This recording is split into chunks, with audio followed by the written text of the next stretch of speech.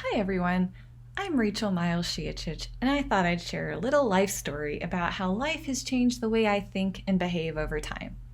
I'm not a psychologist or by any means an expert in this area at all. I just thought I'd share what I've learned about myself so far.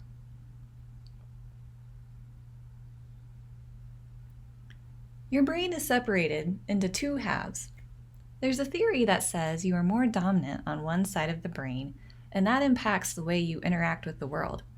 To oversimplify, left is usually associated with being more logical, while the right is more creative.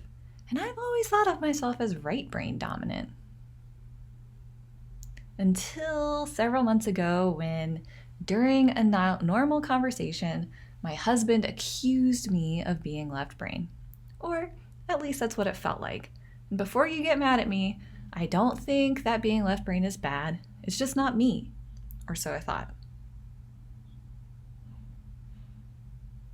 But then I took a left brain versus right brain test, and sure enough, I had moved to be more left brain. Growing up, I'd taken those tests a couple times in school, and I'd always been solidly right.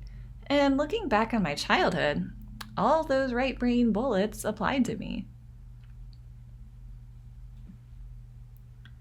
And the people who know me now, though, would be surprised to know that in the third grade, I spent maybe a month total in detention for forgetting to do my homework once my mom stopped reminding me, because my teacher had told her to cut the apron strings because otherwise I'd never learn responsibility and self-management. And these circles reflect how I see myself now. I circled most on the left and only a few on the right. And it's pretty different than being all on the right now, huh? And I used to feel like I had this amazing imagination. It was almost overactive. I told original stories all the time, and yet now I only seem to fill that void through books and media. So what happened? Life happened to me. One notable instance from growing up was getting in trouble at school for doodling while a teacher talked, even though I've since learned that doing something with my hands helps me focus. But over time, drawing kind of became embarrassing and vulnerable to me. I grew up. And whether you believe in the left brain versus right brain concept, it's undeniable that there are certain skills you need to succeed in the business world. There's a certain way you need to think to perform your job and communicate with others. But I want to stand on that bridge in the middle and find more balance. I've had to teach myself to plan out my work to a certain degree. It doesn't come natural to me, planning. In fact, when I go on a trip, I just book a ticket and a place to stay, and the rest works itself out. I don't plan anything in my personal life, since I plan enough at work and it just burns me out. I like spontaneity.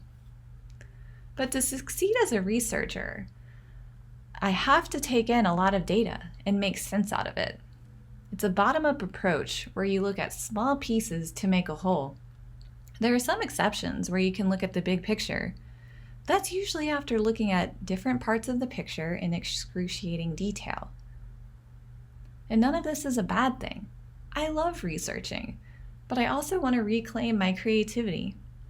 Being more creative not only makes me happy, it allows me to become the person that, deep down, I truly am. Plus, companies like it when their employees have creative ideas. Okay, so I decided I want to be more creative. Now what? I thought back to how I love to draw, or used to. What better way to be creative than through art? But I felt kind of stuck. Do I even still know how to draw? What if I'm terrible? Where do I even start with that? So, as you do, I searched online for classes on learning to draw. Drawing the every day stood out to me because I just wanted to get started quickly. I'm not trying to be a master illustrator yet. The instructor, Bingaman-Burt, teaches you in a very down-to-earth way to draw what surrounds you, and no past experience required. She suggests to take 20 minutes out of your day to draw literally anything you want. Your food, your drink, your furniture, literally anything. She suggests, though, that you draw in pen, so you don't focus on trying to correct your mistakes and get too perfectionist about it all. Since I was sitting in front of my computer while taking the class, this was the first thing I drew. I obviously broke the pin rule, but I tried not to correct myself too much. It's not exactly what my keyboard looks like, but you can get the idea. As I drew it, I thought of ways I could do it again, but better. And that's exactly how you learn.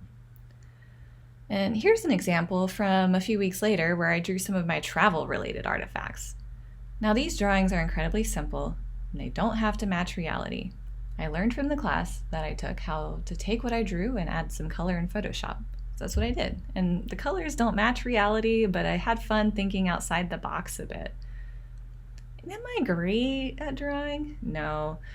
But I have noticed that I'm seeing the world differently.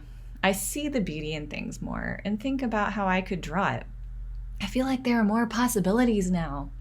It's also a great way to perform a little introspection in a time where there are so many distractions.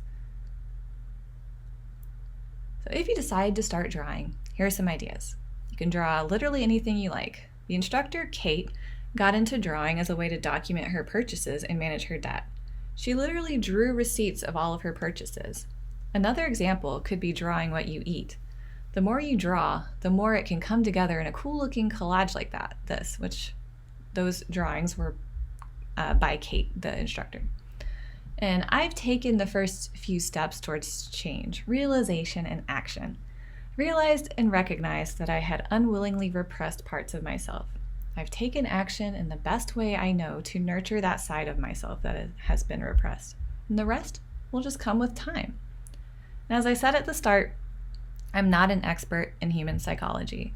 I just took one class in high school.